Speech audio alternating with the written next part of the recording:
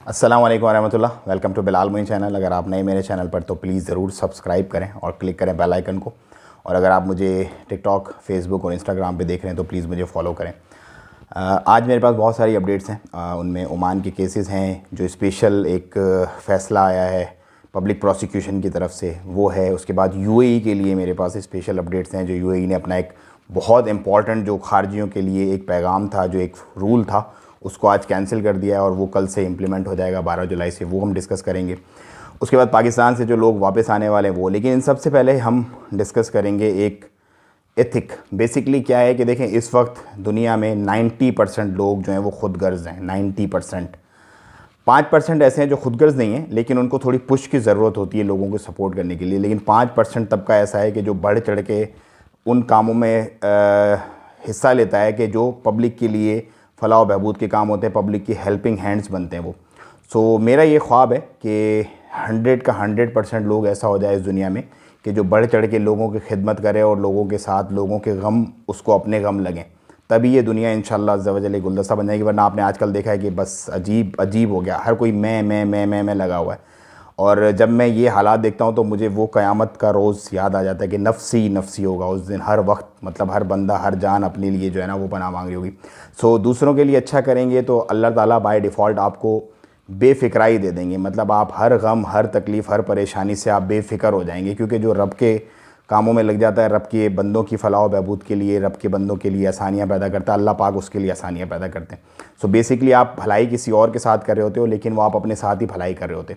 तो मेरी आप तमाम लोगों, जो मेरे देखने वाले हैं, जो मेरे सब्सक्राइबर हैं, फॉलोवर हैं, जो मुझसे प्यार करते हैं, उनसे रिक्वेस्ट है कि जितनी आपकी हिम्मत इस्तात हो, प्लीज़ अगर आप नहीं करते अभी तक तो लग जाएँ। थोड़ा कुछ ना कुछ ऐसा करते रहें कि लोगों के साथ काम आते रहें। और इस इन्फॉर्मेशन को भी ज़्यादा से ज़्यादा शेयर कीजिएगा, ताकि चलें कम से कम ये इन्फॉर्मेशन तो हम लोगों तक पहुंचा दें। तो अब हम डिस्कस करते हैं पहले कि 3 साल की जो है वो जेल सेंटेंस है अगर किसी ने गलत कोविड-19 से रिलेटेड, वैक्सीन से रिलेटेड, दवा से रिलेटेड अगर यहाँ पे रूमर ओमान में की तो। सो कोई भी बंदा कोई भी गलत न्यूज़ ना शेयर करे कोविड-19 से रिलेटेड, क्योंकि बाज़ लोग ऐसे होते हैं फॉरवर्ड मैसेज बेचारे करते रहते हैं, उनको पता नहीं है, तो वो उस चक्कर में फिर वो लपेटे में आ जाते हैं। तो और मैं शेयर करने का लिए इसलिए बोल रहा हूँ कि जब उन तमाम लोगों तक ये बात, क्योंकि फेसबुक पे भी जाएगी, इंस्टाग्राम पे भी, या व्हाट्सअप ग्रुप्स में भी आप लोग शेयर करेंगे, तो हर बंदा अवेयर हो जाएगा कि हाँ भाई ये सिवेरिटी है इसकी। करते हैं कि जो पाकिस्तान से लोग यहाँ पे आना चाहते हैं वो कैसे आए। देखें, आप लोगों ने ऑलरेडी अपनी रजिस्ट्रेशन वगैरह करवाई हुई हैं, कुछ लोगों ने एम्बेसी के साथ भी, और कुछ जो एक दूसरा जो एक क्लब है यहाँ पर वो लोग कर रहे थे उनके साथ। सो वो रजिस्ट्रेशन भी वैलिड है। मैं बेसिकली एक और उस पर काम कर रहा हूँ जो सस्ता तरीक़ाकार है, लेकिन उस पर थोड़ा टाइम लग जाएगा। सो अगर आप उसी पे करवाना चाहते हैं रजिस्ट्रेशन, जो कि अभी ऑलरेडी चल रहा है, एक नंबर है और नंबर के ऊपर जो है वो अपने पासपोर्ट, बताका, पासपोर्ट और वीज़ा और बताके की कॉपी और अपना पाकिस्तान का और यहाँ का नंबर एक ही पेज पे बना के वो उनको व्हाट्सअप करना होता है। तो वो भी आप कर सकते हैं। लेकिन अब क्या होगा, अब आपने बहुत गौर से ये बात सुननी है और दूसरों तक पहुँचानी है कि लोग जो फ्रॉडी हैं वो बीच के अंदर इंटरवीन करना शुरू हो जाएंगे। जैसे ही उनको पता चलेगा कि इस तरह से मस्कत, पाकिस्तान टू मस्कत कुछ मामला शुरू हो रहा है और ओमान एयर जो है वो लोगों को कॉलें करिए, सो वो बीच में आपको खुद कॉलें करेंगे कि हम आपको पहुंचा देते हैं, हम करवा देते हैं उनकी, क्योंकि चर्ब ज़बानी तो होती है उनके पास, तो वो आपको लूट ना लें। तो आपने पैसा जो देना है ना, पैसा जो भी देना है वो ओमान एयर के ऑफिस जाके देना। ब्लू एरिया में, इस्लामाबाद में ओमान एयर का ऑफिस है, वो उधर ऑफिस के अंदर ही जाके आपने पैसे देने, और आपने वेरीफाई करना है कि किस बंदे को आप, अथेंटिक बंदे को पैसे दे रहे हैं हाथ में। किसी भी बीच के ब्रोकर को, बीच के फ्रॉडिये, बीच के एजेंट को आपने पैसा नहीं देना। ये आपने मेक श्योर करना है लाजमी, ताकि आप लोग फ्रॉड से बच सकें। ठीक है, तो आपको इस वीक, जो कल से मंडे से जो शुरू हो जाएगा हफ्ता, पाकिस्तान में शायद कॉलें आना शुरू हो जाएंगी बहुत सारे लोगों की, आप पाकिस्तान से यहाँ जाना चाहते हैं। उसके बाद डिस्कस करते हैं यूएई ने अपने तमाम जो न्यूज़ थी, मतलब 31 मार्च से जो 31 दिसंबर तक उन्होंने एक्सटेंड किए थे वीज़ाज़ वगैरह, बताकेज वगैरह, सब रेजिडेंस कार्ड वगैरह, उन्होंने कहा ऐसा कोई सीन नहीं है। अब 12 जुलाई से तमाम लोगों को अपने रिन्यूअल वगैरह ये वो करवाने पड़ेंगे, वरना आप लोगों को फ़ाइन वगैरह होगा।